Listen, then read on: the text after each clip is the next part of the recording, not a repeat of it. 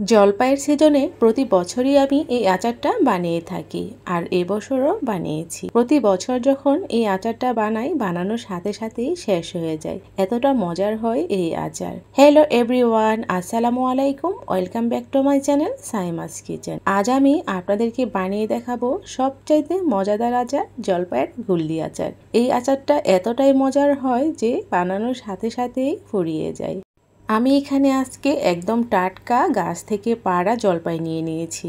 এখানে আমার 2 কেজি পরিমাণ জলপাই আছে আর প্রত্যেকটা জলপাইয়ের বোটাটা আমি ছাড়িয়ে নেব আর ভালোভাবে ধুয়ে নেব। এখন একটা বড় কড়াইয়ে জলপাইগুলো সেদ্ধ করে নেব। জলপাই সেদ্ধর সময় লবণ হলুদ দুটোই দেওয়া যায়, তবে আজকে আমি শুধু লবণ দিয়ে জলপাইগুলো সেদ্ধ করে নেব, কারণ লবণ দিয়ে সেদ্ধ করলে খুব তাড়াতাড়ি জলপাইগুলো সেদ্ধ হয়ে যায়, খুব বেশি দেরি হয় না।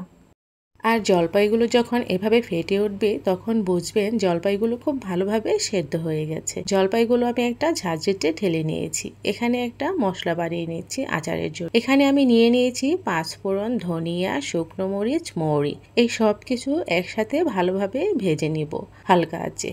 এখানে শুধু পাঁচফোড়ন আর শুকনো মরিচই নেওয়া যায়, তবে ধনিয়া আর মৌরি দিলে আচারের মধ্যে খুব ভালো একটা ফ্লেভার থাকে। এখন মশলাগুলো খুব ভালোভাবে গ্রাইন্ড করে নিব। খুব মিহি করব না, আবার খুব বেশি আস্তও রাখবো না।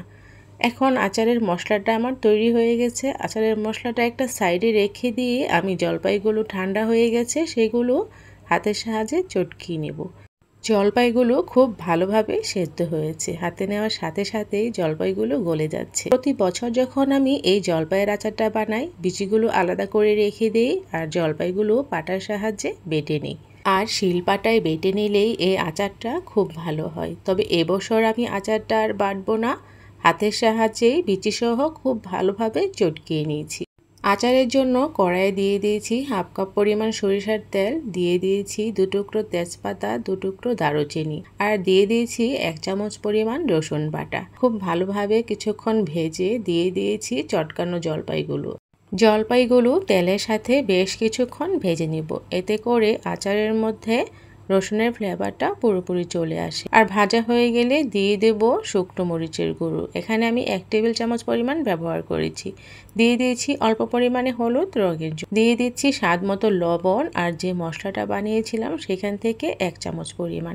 আমি এখন অল্প পরিমাণে দিয়েছি, আচার বানানোর শেষ পর্যায়ে পুরোটুকু মশলাই দিয়ে দিব। এখানে আমি দিয়ে দিয়েছি 1 কাপ পরিমাণ চিনি, দিয়ে দিয়েছি 2 কাপ পরিমাণ গুড়। আরও স্বাদটা বুঝে পরবর্তীতে ব্যবহার করব।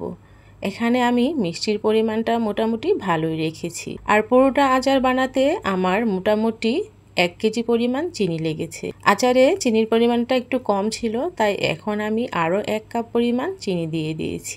2 কেজি জলপাইয়ের জন্য আমার এখানে 1 কেজি পরিমাণ চিনি বা গুড়ের দরকার পড়েছে।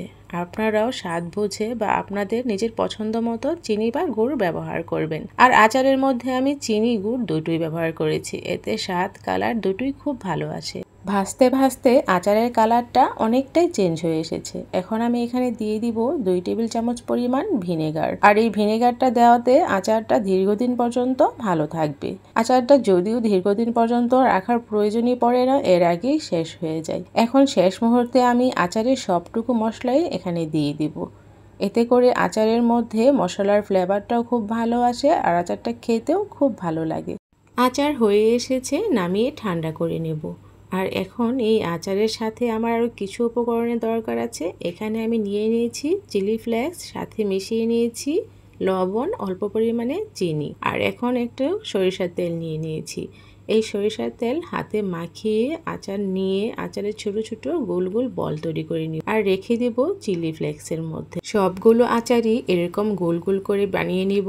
আপনারা আপনাদের ইচ্ছে মতো যে কোনো শেপ দিতে পারেন, তবে এরকম গোল গোল বানালেই সবচাইতে ভালো লাগে। যেহেতু নাম দিয়েছি জলপাইয়ের গুল্লি আচার, তাই সবগুলোই আমি এভাবে গোল গোল করে বানিয়ে চিলি ফ্লেক্সের মধ্যে গড়িয়ে নেব। দেখতে কতটা লোভনীয় মনে হচ্ছে।